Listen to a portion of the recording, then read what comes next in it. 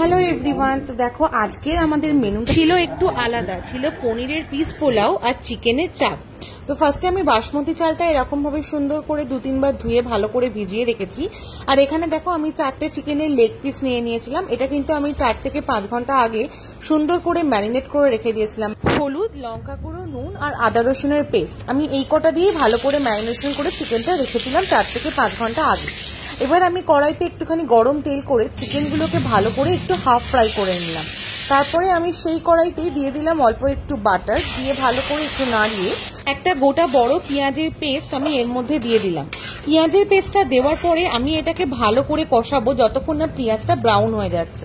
পেঁয়াজটা যখন ব্রাউন হয়ে আসলো তার মধ্যে আমি দিয়ে দিলাম একটু আদা রসুনের পেস্ট। আদা রসুনের পেস্টটা দিয়ে আমি ভালো করে কষিয়ে নিলাম। দেখো কষাতে কষাতে এটা মশলাটা খুব সুন্দর করে কষে গেছে। এবার আমি আগে থেকে ভেজে রাখা চিকেনগুলো এর মধ্যে দিয়ে দিলাম। চিকেনগুলো দেওয়ার পরে তারপরে ভালো করে চিকেনের সঙ্গে মশলাগুলোকে মাখিয়ে নিলাম।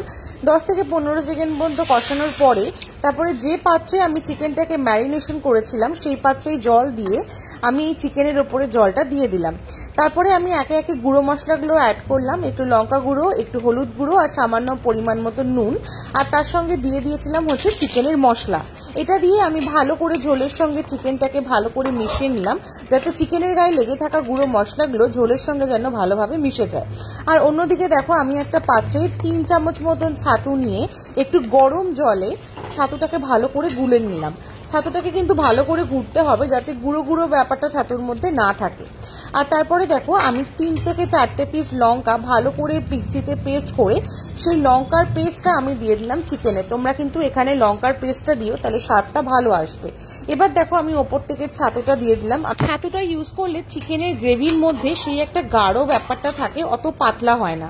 আমি এটাকে 5 মিনিট কষতে দিলাম। দেখো 5 মিনিট পরে চিকেনের একটা অসাধারণ কালার এসেছিল, গ্রেভিটাও অনেকটা ঘন হয়েছিল। যাই হোক, আমি গরম মশলার গুঁড়ো দিয়ে এটাকে আমি ঢাকা দিয়ে রেখে দেবো। আমার এটা রেডি হয়ে গেছে। এবার পালা হচ্ছে পোলাও বানানোর। তো আমি আগে থেকেই চালটা ধুয়ে ভালো করে ভিজিয়ে রেখেছিলাম। তো চালটা আমি জল ঝরাতে দিয়ে দিয়েছি। এদিকে আমি একটা ডেচকি নিয়ে এর মধ্যে দিয়ে দিলাম ঘি। আমি এতে কিন্তু কোনো তেল ইউজ করব না, আমি পুরোটাই ঘিয়ে করব। ঘিটা একটু গরম হতেই আমি দিয়ে দিলাম 2টো দারচিনি, লবঙ্গ আর এলাচ।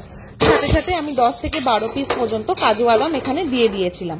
এবার দেখো এই ধুয়ে রাখা চালগুলোকে আমি দিয়ে দিলাম এই গরম তেলে। চালটাকে কিন্তু ভালো করে আমি জল ঝরাইনি, অল্প একটু জল চালে ছিল, আমি রেখে দিয়েছিলাম। তারপরে আমি চালটাকে দিয়ে ভালো করে ঘিয়ের সঙ্গে ভালো করে চালটাকে কিছুক্ষণ নাড়িয়ে নিলাম। চালটাকে দিয়ে মোটামুটি 2 থেকে 3 মিনিট চালটাকে ভাজার পরে সুন্দর করে তারপরে আমি এতে দিয়ে দিলাম পনিরগুলো কিন্তু আমি আগে ভাজিনি, পনিরটা কেটেই এর মধ্যে দিয়ে দিয়েছি। চালের সঙ্গেই পনিরটাও বয়েলড হবে। আমি ভাজা পনির দিলে সেই টেস্টটা থাকতো না, যেটা বয়েল পনিরের টেস্টটা আসবে। তারপরে এতে পরিমাণ মতো নুন আর একটু বেশি করে চিনি দিলাম, কারণ পোলাও একটু মিষ্টি ভালোই লাগে। চিনিটা দিয়ে তারপরে আমি দিয়ে দিলাম এতে পরিমাণ মতন জল। জল কিন্তু আমি একবারে দিইনি, অল্প অল্প করে দিয়েছি, একটু করে জল দিয়েছি। ভাতটা সেদ্ধ হয়েছে, তারপরে আবার একটু জল অ্যাড করেছি, কারণ একেবারে বেশি জল দিয়ে দিলে না ভাতটা না অনেকটা মাখা মাখা হয়ে যায়। তো দেখো কিছুক্ষণ পরে আমি ভাতটা নেড়ে দেখলাম ভাতটা একটু সিদ্ধ হতে শুরু করেছে। আমি তাও চাপা দিয়ে আরো রাখলাম 5 থেকে 6 মিনিট। এদিকে অন্যদিকে আমি একটা আরো ছোট পেঁয়াজ সেটাকে বেরেস্তার জন্য সুন্দর করে ভেজে নিলাম। বেশি ব্রাউন করে ভাজিনি, অল্প ব্রাউন করেই আমি ভেজেছিলাম। তারপরে দেখো এটার উপর দিয়ে আমি সুন্দর করে পেঁয়াজের বেরেস্তাটা দিয়ে দিলাম, দিয়ে ভালো করে নাড়িয়ে নিয়েছিলাম পুরো ভাতের সঙ্গে। তারপরে আমি আরো 2 থেকে 3 মিনিট পর্যন্ত ভাতটা রেখে দিয়েছিলাম। আর দেখো আমার পোলাওটা কত সুন্দর ঝুরঝুরে হয়েছিল, একটুও ভেঙে ভেঙে বা মাখা মাখা মতন হয়ে যায়নি, আর পনিরগুলো খুব সুন্দরভাবে সেদ্ধ হয়ে গেছিল। তো এবার চিকেনটা দিয়ে একটুখানি পোলাওটা খেয়ে দেখা যাক কেমন স্বাদ হয়েছিল। চিকেনের কালারটা তো এসেছিল দারুণ, স্বাদটা কেমন হয়েছে দেখি।